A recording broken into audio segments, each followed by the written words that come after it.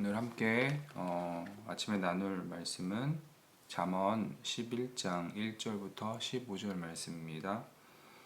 잠언 11장 1절부터 15절 말씀 우리 함께 찾으셔서 같이 한 목소리로 읽도록 하겠습니다. 잠언 11장 1절부터 15절 말씀입니다. 우리 함께 읽겠습니다. 속이는 저울은 여호와께서 미워하시나 공평한 추는 그가 기뻐하시느니라. 교만이 오면 욕도 오거니와 겸손한 자에게는 지혜가 있느니라. 정직한 자의 성실은 자기를 인도하거니와 사악한 자의 패역은 자기를 망하게 하느니라. 재물은 진노하시는 날에 무익하나 공의는 죽음에서 건지느니라. 완전한 자의 공의는 자기의 길을 곧게 하려니와 악한 자는 자기의 악으로 말미암아 넘어지리라. 정직한 자의 공의는 자기를 건지려니와 사악한 자는 자기의 악에 잡히리라. 악인은 죽을 때 그 소망이 끊어지나니 불의의 소망이 없어지느니라. 의인은 환난에서 구원을 얻으나 악인은 자기의 길로 가느니라. 악인은 입으로 그의 이웃을 망하게 하여도 의인은 그의 지식으로 말미암아 구원을 얻느니라. 의인이 형통하면 성읍이 즐거워하고 악인이 패망하면 기뻐 외치느니라. 성읍은 정직한 자의 축복으로 인하여 진흥하고 악한 자의 입으로 말미암아 무너지느니라. 지혜 없는 자는 그의 이웃을 멸시하나 명철한 자는 잠잠하느니라. 두루 다니며 한담하는 자는 남의 비밀을 누설하나 마음이 신실한 자는 그런 것을 숨기느니라. 지략이 없으면 백성이 망하여도 지략이 많으면 평안을 누리느니라. 타인을 위하여 보증이 되는 자는 손해를 당하여도 보증이 되기를 싫어하는 자는 평안하니라. 아멘.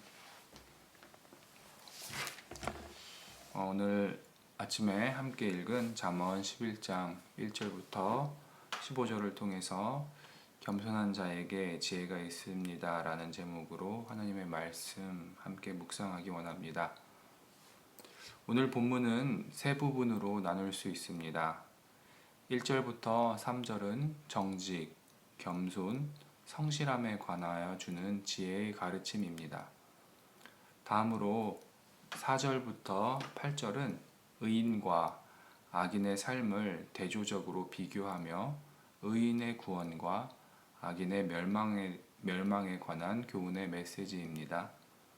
마지막으로 9절부터 15절은 의인과 악인이 이웃과 공동체에 끼치는 영향에 대해서 비교하여 가르침을 전하고 있습니다. 본문 1절에서 지혜자는 속이는 저울은 여호와께서 미워하시나 공평한 추는 그가 기뻐하신다 라고 말합니다. 여기서 속이는 저울은 물건을 팔 때 무게가 다른 저울 추를 이용해서 사람들을 속이는 악한 상인의 행동을 의미합니다. 이런 악인의 부정직함을 하나님은 미워하신다고 우리 한글 성경은 번역했지만 원문 단어는 혐오의 의미를 담고 있습니다. 즉, 하나님은 악인의 부정직함은 혐오하시지만 공평한 추를 사용하는 정직한 자의 행동은 기뻐하신다고 교훈하는 것입니다. 2절에서는 교만의 결과가 치욕과 수치인 반면에 겸손한 자에게는 지혜가 있음을 말합니다. 그리고 3절에서는 정직한 자는 자신에게 주어진 일을 성실하게 완수하지만 사악한 자, 즉 속이는 자는 자신의 교활함으로 인해 망하게 됨을 가르쳐 주고 있습니다. 4절에서는 재물과 의를 비교합니다. 재물은 상대적 가치를, 의는 절대적 가치를 의미합니다. 세상의 재물은 상대적입니다. 그 가치가 변하기도 합니다. 하지만 하나님의 의는 변하지 않고 절대적임을 가르쳐 주고 있습니다. 진노의 날, 즉 하나님의 심판의 날에 죽음에서 구원할 것은 세상의 재물이 아니라 하나님 앞에서 의로운 삶이라는 절대적 진리를 지혜자는 교훈하고 있습니다. 5절에서도 의로운 자는 자기의 길을 곧게 가지만 악인은 자기의 악으로 넘어짐을 말합니다. 즉 의로운 자는 하나님 앞에서 의로운 길을 걸어가기 때문에 하나님의 인도하심과 보호하심 속에서 기쁨과 평안의 삶을 살지만 악인은 그렇지 않음을 가르쳐 주고 있습니다. 6절 역시 의로운 자가 얻게 되는 구원과 사악한 자가 스스로 욕망에 사로잡혀 그 욕망으로부터 빠져나올 수 없음을 비교하며 가르쳐 주고 있습니다. 이런 악인의 마지막이 소망이 없음을 7절은 우리에게 말합니다.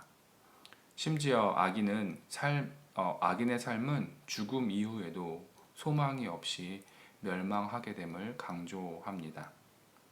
결국 하나님 앞에서 의로운 삶이야말로 환난 가운데 구원을 얻게 되는 유일한 기준임을 지혜자는 8절에서 가르쳐 주고 있습니다. 이러한 의인과 악인의 삶의 태도는 개인의 삶의 영역을 넘어 이웃과 공동체에도 영향을 주고 있음을 9절부터 15절에서 지혜자는 가르쳐 줍니다. 9절에서 말하는 악인은 하나님을 경외하지 않고 다른 사람들에게 악한 말과 악한 행동을 하는 사람을 의미합니다. 그로 인해 그의 주변의 사람들과 공동체는 어려움을 당하게 됩니다. 하지만 의인은 그가 가진 지식, 즉 하나님에 관한 지식으로 인해서 자신뿐만 아니라 이웃과 공동체 또한 구원으로 인도함을 가르쳐 줍니다. 이런 의인과 악인의 영향이 다른 사람들과 공동체에 큰 영향을 주고 있음을 10절, 11절은 우리에게 가르쳐 줍니다. 의인의 형통함을 온 마을이 즐거워하며 악인이 망하는 것을 기뻐합니다. 의인의 기도로 인해 이웃과 공동체가 하나님의 축복을 받지만 악인의 입에서 나오는 악한 말, 경건하지 못한 말과 행동으로 인해 그의 이웃과 공동체가 무너질 수 있음을 지혜자는 가르쳐 줍니다. 12절과 13절에서는 지혜 없는 자는 교만한 마음으로 그의 이웃을 멸시하고 다른 사람의 비밀을 말하고 이간질하는 말을 하는 것에 비해 지혜롭고 명철한 자는 잠잠히 기다리며 말을 아끼고 다른 사람의 비밀을 지켜줌을 말합니다. 이러한 지혜를 가진 리더가 있을 때 그 공동체는 평안을 누리지만 지혜가 없는 리더는 그 공동체 또한 망하게 됨을 14절은 말합니다. 그리고 이 지혜는 하나님께로부터 오는 것임을 잠언의 지혜자는 전제합니다.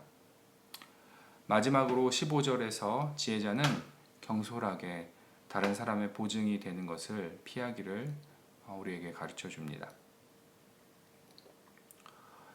성도 여러분, 오늘 아침에 잠언 11장 1절부터 15절이 전하는 지혜의 가르침을 짧게 살펴보았습니다. 이 중에서 오늘 아침에 2절의 내용에 대해서 좀 더 묵상하고 말씀이 주는 교훈과 도전을 나누기 원합니다. 2절을 보면 교만이 오면 욕도 오거니와 겸손한 자에게는 지혜가 있느니라 라고 말합니다. 교만한 자에게 주어지는 것은 지독한 수치입니다. 교만은 하나님께서 싫어하시는 것입니다. 교만은 우리를 하나님 앞에서 범죄하게 만드는 주요한 원인이기도 합니다. 이런 교만과 비교되는 성품은 겸손입니다. 오늘 말씀은 겸손한 자에게 지혜가 있음을 가르쳐 주고 있습니다. 성경을 통해 알 수 있는 겸손이 가지는 의미는 인간의 본래 모습과 자세를 깨닫는 것입니다. 즉, 겸손한 자는 인간의 본래 모습을 깨닫는 지혜를 가진 자라는 것입니다. 그렇다면 인간이 인간의 본래 모습을 깨닫는 것은 무엇을 말하는 것일까요? 그것은 우리가 하나님으로부터 지음을 받은 피조물이라는 사실을 깨닫는 것입니다. 나를 창조한 창조주가 계심을 인식하고 창조주를 향한 경외심을 가지고 살아가는 삶의 태도야말로 겸손한 자의 모습인 것입니다. 세상을 창조하시고 나를 창조하시며 오늘도 이 세상을 그분의 주권 가운데 운행하시는 하나님을 인정하고 그분을 경외하는 삶을 사는 것이야말로 겸손한 자의 모습인 것입니다. 성도 여러분, 오늘 나는 나를 창조하신 하나님 앞에서 나의 존재를 인정하며 나의 삶의 모든 영역 속에서 하나님의 주권을 인정하고 있는가? 말씀에 비추어 나의 삶을 되돌아보기 원합니다. 혹시 내 삶 속에서 하나님의 주권을 인정하지 않고 내가 주인이 되어 살아가고 있는 영역이 있지 않는가? 철저히 나의 삶을 점검하기 원합니다. 왜냐하면 내가 하나님의 주권을 인정하지 않을 때 그곳에서 교만이 싹트기 때문입니다. 그리고 그 교만의 결과는 지독한 수치스러움임을 우리는 기억해야 할 것입니다. 오늘 말씀은 왜 겸손한 자에게 지혜가 있는가 우리를 묵상하게 하며 우리의 삶을 되돌아보게 우리를 도전합니다. 나의 본래의 모습과 상태를 깨닫는 것, 그럼에도 불구하고 내가 받은 은혜를 깨닫는 것, 이것이야말로 나를 하나님 앞에서 겸손하게 해줄 것입니다.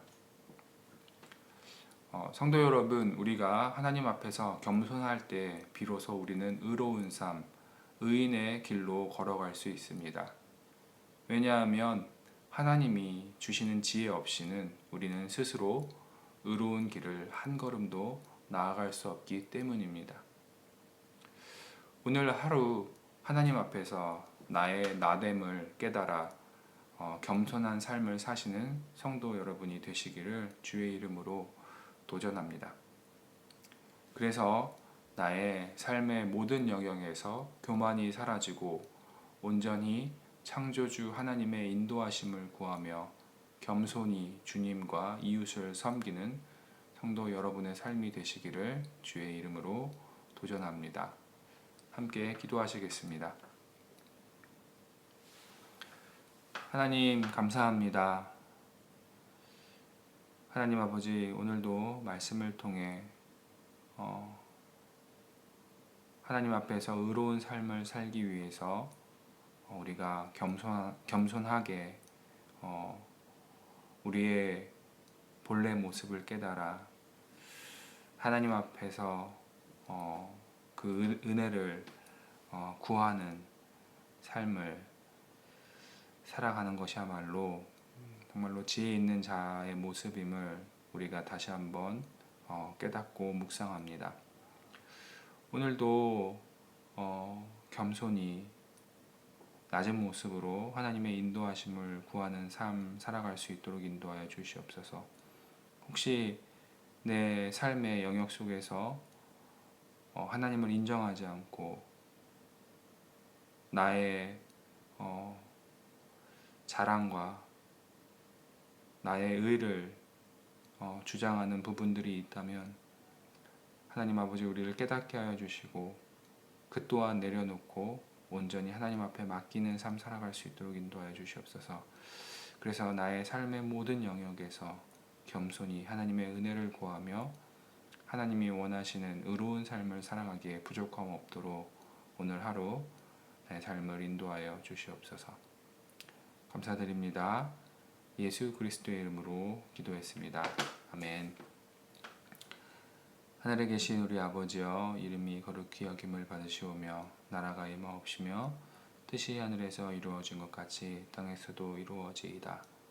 오늘날 우리에게 일용할 양식을 주옵시고 우리가 우리에게 죄 지은 자를 사하여 준 것 같이 우리의 죄를 사하여 주옵시고 우리를 시험에 들지 말게 하옵시며 다만 악에서 구하옵소서. 나라와 권세와 영광이 온전히 하나님 아버지께 영원히 있사옵나이다. 아멘. 오늘 이 시간에 우리 함께 합심하여서 기도하는 시간 갖도록 하겠습니다. 우리가 먼저 나라와 민족을 위해서 계속적으로 기도하기 원합니다. 또한 열방에 복음이 증거되는 것과 이것을 위해 수고하시는 선교사님들의 사역을 위해 기도하기 원합니다. 그리고 또한 국제적으로 많은 어려운 일들이 일어나고 있습니다. 특별히 미얀마와 또 인도, 또 이스라엘과 팔레스타인에서 일어나고 있는 안타까운 현실을 놓고 우리가 하나님의 긍휼을 또 은혜와 자비를 구하는 기도하기 원합니다. 또 세 번째로 우리 말씀 중심 교회를 위해서 기도했으면 좋겠습니다. 우리 교회가 말씀을 의지하고 또 겸손함으로 교회의 본질을 깨달아 이 시대에 하나님께서 원하시는 사역을 잘 감당하는 교회로 세워줄 수 있도록, 그리고 코로나 이후에 우리가 감당해야 할 사역들을 잘 준비하는 시간 될 수 있도록 교회를 위해서 기도하기 원합니다. 또 담임 목사님과 교회 리더들과 또 교회 성도들이 한 마음과 한 뜻으로 이 일들을 잘 감당할 수 있도록 우리 공동체를 위해서 기도 부탁드립니다. 또 오늘은 주일 예배 찬양 영상 녹화가 있습니다. 먼저 찬양하고 영상으로 녹화하지만 그 시간도 또한 하나님을 예배하는 시간 될 수 있도록, 그리고 그 찬양으로 인하여서 주일에 드려지는 예배가 하나님의 은혜가 더욱더 풍성한 시간 될 수 있도록 오늘 또 예배를 준비하는 마음으로 우리가 같이 함께 기도했으면 좋겠습니다. 마지막으로 우리 개인의 기도와 또 우리 공동체의 중보 기도의 제목들을 놓고 기도할 때 나를 창조하신 하나님 앞에서 나의 원래 모습을 깨달아 겸손하게 하나님의 지혜를 구하는 오늘 하루 살아갈 수 있도록, 그래서 내 삶 속에서 교만한 것들이 사라지고 오직 하나님의 은혜를 구하는 겸손한 삶을 살아갈 수 있도록 우리 개인과 또 우리 개인의 기도의 제목들을 놓고 기도하고, 또 우리 교회 공동체 나눈 그 중보의 기도 제목들을 놓고 우리 함께 기도하는 시간 갖기를 원합니다. 우리 함께 기도하시겠습니다.